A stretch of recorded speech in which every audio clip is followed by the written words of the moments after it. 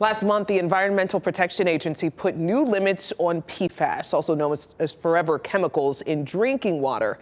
However, it may surprise you that there are still no federal guidelines when it comes to those same chemicals in your food.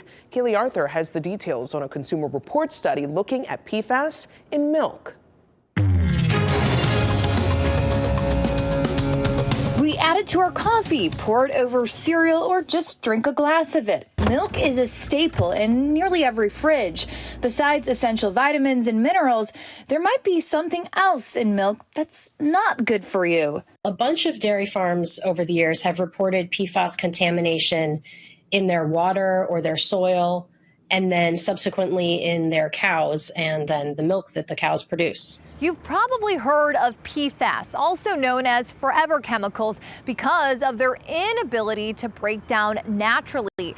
They have been linked to cancer, immunity and infertility issues, as well as endocrine problems. PFAS have historically been added to consumer products to make them nonstick, waterproof, stain resistant. And then once PFAS are out in the world, they end up in our water supply, in the fertilizer that farms use, and they end up in our food, and they end up in us. To investigate the potential problem, Consumer Reports recently conducted a limited test of 50 samples of whole milk purchased from grocery stores in 5 states.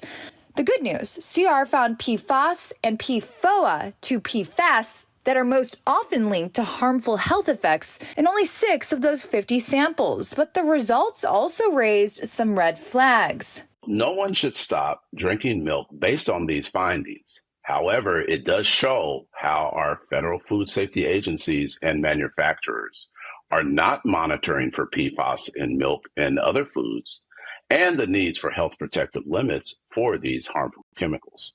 In response to questions from Consumer Reports, the International Dairy Foods Association said, quote, dairy foods and beverages are highly regulated and rely on a verified system to ensure their safety and integrity. If you're concerned about PFAS, you can limit your exposure by avoiding stain and water-resistant clothing and carpets and using cookware that claims to be PTFE-free, such as pans with ceramic coatings. Keely Arthur, 5 on your side. Okay, other ways to limit your PFAS exposure: test your drinking water for the contaminants, and if present, use a water filter certified to remove them.